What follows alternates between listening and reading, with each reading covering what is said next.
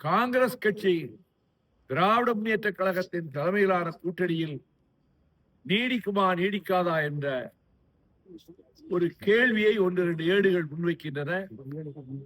காங்கிரஸ் கட்சியைச் சேர்ந்த ஓரிருவர் திராவிட முன்னேற்ற கழகத்தை சாடி விமர்சனம் செய்து அவர்கள் அறிக்கை தந்தார்கள். ஆனால் தமிழ்நாடு காங்கிரசின் தலைவர் செல்வ பெருந்தகை அதை ஏற்றுக்கொள்ளாமல் திராவிட முன்னேற்ற கழகத்திலான கூட்டணி உறுதியாக தொடரும் என்ற நம்பிக்கையோடு அவர் கருத்து தெரிவிக்கிற வேளையில் அதில் ஒரு சிந்தனையாளரும் எழுத்தாளருமான கோபண்ணா அவர்கள் காங்கிரஸ் எம்பி திராவிட முன்னேற்ற கழகத்தை விமர்சித்ததை கண்டித்து திமுக கழகத்தின் தலைமையிலான கூட்டணியில் நிபந்தனைகள் இன்றி நாம் தொடர வேண்டும் என்ற கருத்தை தெரிவித்திருக்கிறார். திராவிட முன்னேற்ற கழகத்தின் தலைமையும்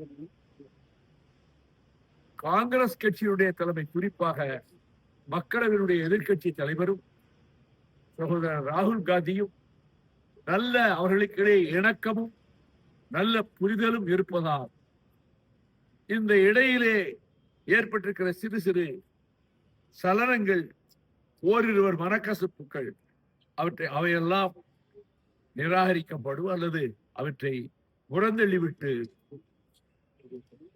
திராவிட முன்னேற்ற கழகத்தின் தலைமையிலான மதச்சார்பற்ற போக்கு கூட்டணியில் காங்கிரஸ் நீடிக்கும் என்று நான் நம்புகிறேன். தேர்தலை பொறுத்தமட்டில் ஏற்கனவே உங்களிடம் நான் தெரிவித்தவாறு திராவிட முன்னேற்ற கழகத்தின் தலைமையிலான கூட்டணி மகத்தான வெற்றியை பெறும். திமுக கழகம் தனி பெரும்பான்மை பெறும்.